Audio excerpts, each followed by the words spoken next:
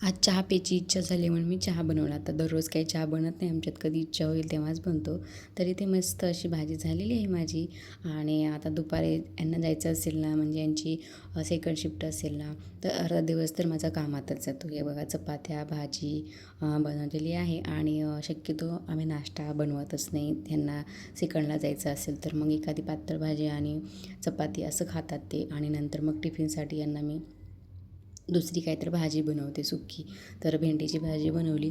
आणि हे आहेत तोपर्यंतच मला कपडे धुवावे लागतात. कारण असं म्हणतात की घरातून कोणी बाहेर गेले ना तर कपडे धुवू नये किंवा झाडून काढू नये.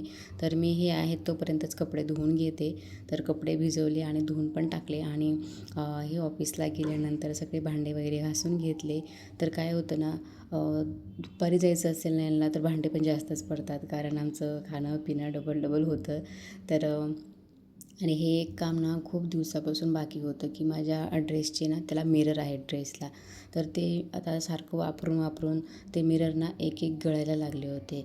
आणि ते टोचायचे पण, शंभूला जर असं घेतलं ना कडेवर तर टोचायचे पण त्याला पण. आणि आता हे करायचं म्हणून राहूनच गेलं होतं. म्हटलं चला आज करूयाच आपण ते.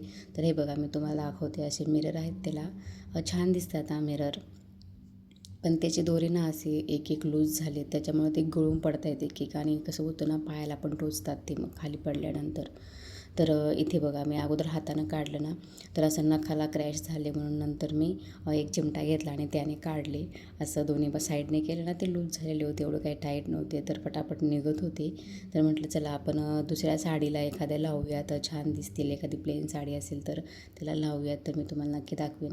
आणि शंभू म्हणत होता की खाली नको टाकू, वाटी आण. आणि त्यानेच वाटी आणून दिली मला आणि त्याच्यामध्ये टाकली.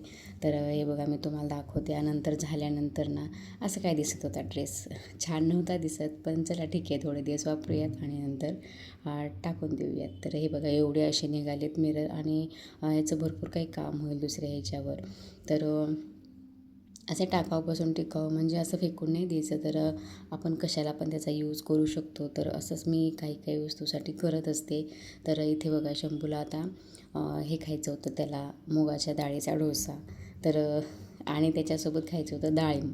असं कुठं असतं का बघा, पण त्याला त्याच्यासोबत डाळिंब खायचं होतं. तर म्हटलं ठीक आहे, तुला जसं खायचं तसं खा. तर त्याच्यासाठी बनवून दिलं मी थालीपीठ आणि डाळिंब. तर असा होता माझा आजचा व्हिडिओ. कसा वाटला कमेंटमध्ये नक्की सांगा. बाय.